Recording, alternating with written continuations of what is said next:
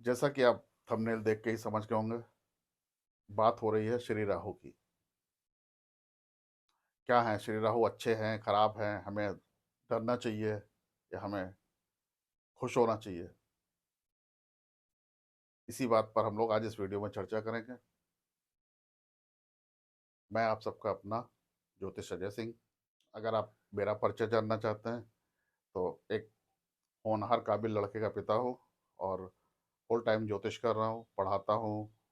कुंडली देखना, अध्ययन, चिंतन, मनन ये चलता रहता है। श्री परम गुरु श्री अच्युतानंद दास जी की परंपरा से पंडित संजय रत्न के सानिध्य बहुत ज्योतिष का अध्ययन, चिंतन, मनन किया हुआ है। यहाँ पे जो भी चीजें हम बताते हैं वो हमारी अपनी परंपरा की जो जानकारियां हैं उसी के हिसाब से बताते हैं। और साथ ही आप लोग का बहुत तहे दिल से शुक्रगुजार हैं कि आप लोगों ने इतना प्यार दिया है हमारे वीडियो पे। अभी लाइव आए थे उसमें भी। और आशा है कि अगर आप लोग ज्योतिष जानना चाहते हैं, सीखना चाहते हैं, तो जो हमारी श्रृंखला आएगी ज्योतिष सिखाने पे 60 दिन की, सब्सक्राइब करके और उसको पढ़ेंगे, उस पर ध्यान देंगे, आपको कहीं फिर कुंडली दिखाने की जरूरत नहीं होगी। आप अपनी कुंडली अपने आप देखने में सक्षम होंगे, अपनी और अपने परिवार की, अपने मिलने वालों की।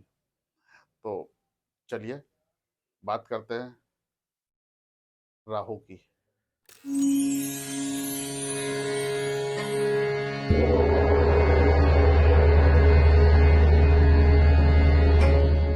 कई लोगों का ये सवाल था कि आप कुछ बनाइए गोचर पर, राशि फल पर। देखिए, बनाने को बना सकते हैं कि हाँ ये होगा इस महीने में, ये होगा इस महीने में, ऐसा रहेगा। लेकिन राशिफल देखने के लिए आपको कई चीजें आनी चाहिए।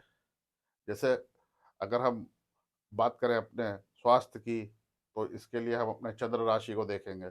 अगर हम बात करें अपने स्पिरिचुअल के लिए तो सूर्य राशि को देखेंगे। अगर हम अपने फाइनेंस के लिए बात करेंगे तो होरा लग्न को देखेंगे। अगर हम अपने पावर पोजीशन की बात करेंगे तो घटिका लग्न को देखेंगे।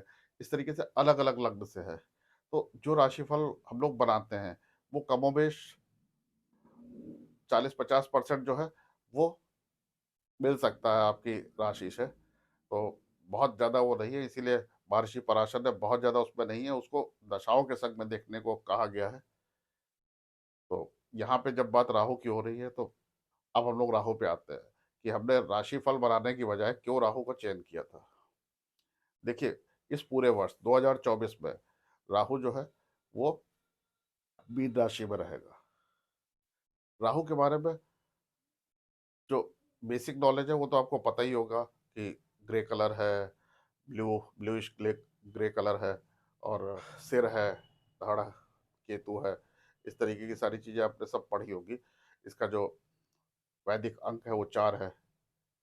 और नैऋत्य कोण का में इसका मालिक है, वहां पे इसकी बहुत पावर है। इसको अधिकतर ज्योतिष डराते हैं नैऋत्य कोण लेके आपको उसमें। और वहां पे इस जो है ये काली के रूप में होता है। नैऋत्य नैऋत्य जो देवी है बेसिकली काली का ही एक फॉर्म है, उसके हिसाब से पूछते हैं। राहु यहाँ पे चल रहा मीन राशि में। सब लोग आपको कहेंगे मीन में प्रॉब्लम होगी, या जहाँ पे भी दृष्टि होती है, राहु की दृष्टि जो होती है वो उससे रिवर्स के उसमें देखेंगे तो उसके उससे 5वें, 7वें, 9वें और 12वें भाव में होती है। यानी अगर हम उसको नॉर्मल वे में देखेंगे तो second house, fifth house, seventh house और नाइन्थ हाउस में होती है। एक चीज आप समझ लीजिए, राहु जो है वो वायु तत्व का अधिपति है। और ब्लेसिंग है कि ब्लेसिंग नहीं है, इसको हमें समझना होगा। और राहु कभी भी जहां पे होता है वहां से काम नहीं करता, वहां से वार नहीं करता। राहु हमेशा दिखता कहीं है, वार कहीं करता है। इसको अगर हम लोग शास्त्रों में देखें, रामायण में देखें, राहु जो है वो रावण से निहित था। और रावण ने जब सीता का किडनैप किया, कुछ भी करा, तो वो सब माया थी। चाहे वो सूपनखा हो, वो सब माया से ही था। वो दिख कुछ और रहे थे कुछ और। तो राहु मीन राशि में आपको नुकसान नहीं पहुंचाएगा, राहु कहीं और नुकसान पहुंचाएगा। कहाँ नुकसान पहुंचाएगा? राहु की दृष्टि और शनि की दृष्टि। जब हम लोग गोचर की बात करते हैं, राहु शनि की दृष्टि को बहुत महत्व देते हैं। राहु और शनि की जो दृष्टि है वो इस पूरे वर्ष मेष में और वृश्चिक लग्न में रहेगी, तो जाहिर सी बात है आपकी कुंडली में भी मेष और वृश्चिक किसी न किसी दो घरों के स्वामी होंगे, दो भावों के स्वामी होंगे, वहां पे आपको प्रॉब्लम आएगी।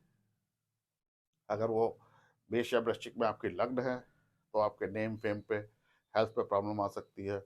अगर वो सेकंड हाउस है तो आपके कुल में, आपके संचित धन में, आपकी स्पीच में प्रॉब्लम आ सकती है। थर्ड हाउस है तो भाई में और आपके पराक्रम में, कम्युनिकेशंस में, इसमें प्रॉब्लम आ सकती है। अगर वो फोर्थ हाउस के स्वामी है तो आपके घर में, सुख में, वाहन में, इसमें सब में आ सकती है। इसी तरीके से ये बेसिक ज्योतिष है, ये सभी आप लोग जानते होंगे। और वो प्रॉब्लम आएगी निश्चित, क्योंकि दोनों ही ग्रह जब देख रहे हैं, राहु और शनि एक भाव को देखते हैं, तो वो दृष्टि जो होती है वो श्राद्ध की, जैसे श्राद्ध कहते हैं हम लोग, श्राद्ध की दृष्टि होती है। और तो प्रॉब्लम जरूर आएगी निश्चित। कोई भी ऐसा नहीं जिसको इन दो भावों से प्रॉब्लम नहीं आएगी। क्या कर सकते हैं इसके लिए? बहुत आसान सा उपाय बता रहे हैं। और वो उपाय जो है वो हम लोग को रामायण से मिला हुआ है।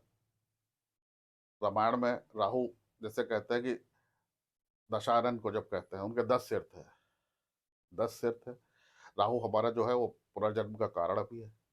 राहु हमारा जो है वो सीमाओं का उल्लंघन भी है। जो हम, अगर आपको विदेश जाना है, राहु आपके लिए बहुत फेवरेट है। अगर आपको रिसर्च करनी है, राहु आपके लिए बहुत फेवरेट है। वायु तत्व का मालिक है, तो हमारी जाहिर सी बात है सांस में। अगर कोई कहता है राहु खराब ग्रह है, सांस रोक के दिखाए हमको वो। आप रोक के देखो सांस। तो राहु बहुत जरूरी प्लेनेट है हम लोग का। अगर आपका जन्म हुआ है, संसार के सारे भोग, सारे सुख दे सकता है। तो हमको क्या करना है कि हमारे लिए राहु जो है वो कारगर रहे, लाभदायक रहे। बहुत सिंपल सा उपाय बता रहे हैं। 10 सिर, यानी राहु दसों दिशाओं से आक्रमण कर सकता है। तो आपको क्या करना है? आपको एक सफेद कागज लेना है और उस पे जो राहु का अंक है 4, उसको लिखना है। कितनी बार लिखना है? 10 बार लिखना है। अगर आप दिग चक्र बना सकते हैं तो दिग चक्र बना के लिख लीजिए, नहीं तो सिंपल 10 बार लिख लीजिए। किससे लिखना है? आपको पेंसिल से लिखना है। व्हाइट पेपर पे पेंसिल से आपको 10 बार 4 अंक लिखना है। 4 अंक लिखना है। और शनिवार को, अगर आपको तिथियों का ज्ञान नहीं है तो शनिवार को, अगर आपको तिथियों का ज्ञान है तो कृष्ण अष्टमी और अमावस्या, जो राहु की तिथि होती है, इनके दिन ये कागज, राहु हमेशा जो है सबसे ज्यादा जो काम करता है वो सोते पे काम करता है, कि जब आप सो रहे होते हैं तो आप अपने बच्चे के, किसी के भी, जिसके भी है, उसके बेड के तकिया के सिरहाने इसको, कागज को रख दीजिए। अष्टमी को अगर आपने बनाया है तो इसको रखिए। जैसे ही अगली अष्टमी आती है या उसके बीच में अमावस्या आती है, आप उस कागज को हटा के दूसरा फिर से ये बना लीजिए। 4 अंक को लिखना है। कितनी बार? 10 बार। ठीक है। या तो शनिवार शनिवार ये कर लीजिए, दोनों में से किसी भी दिन ये करिए उपाय। इस बिस्तर पे रखिए। आप देखेंगे इसका प्रैक्टिकल जो एग्जाम्पल आप देखेंगे कि अगर आपके बच्चा है जो पढ़ रहा है, पढ़ने वाले बच्चे, देखेंगे उनका माइंड का जो फोकस है वो कितना ज्यादा हो गया। क्योंकि राहु जो है, हम लोग सोचते हैं लेकिन सारी रिसर्च जो है वो राहु से ही है। तो करिए ये चीज और लाभ उठाइए इसका।